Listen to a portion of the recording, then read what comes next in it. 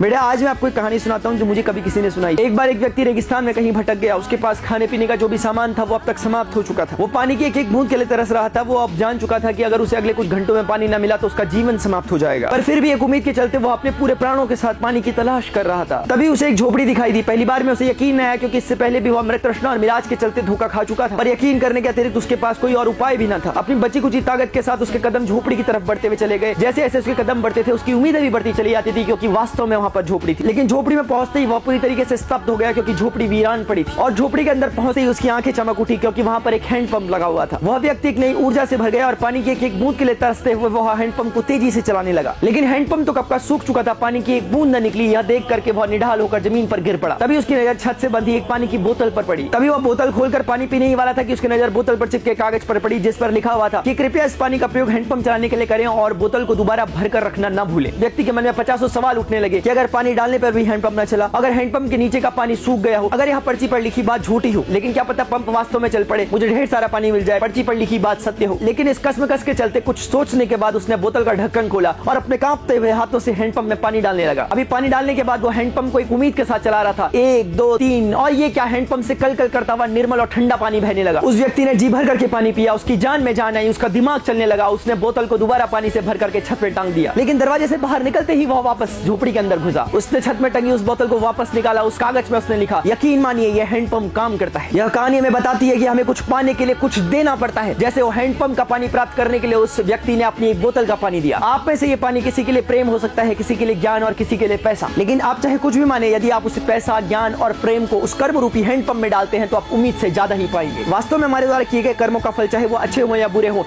अंत में एम्पलीफाई होकर हम तक ही पहुंचते हैं।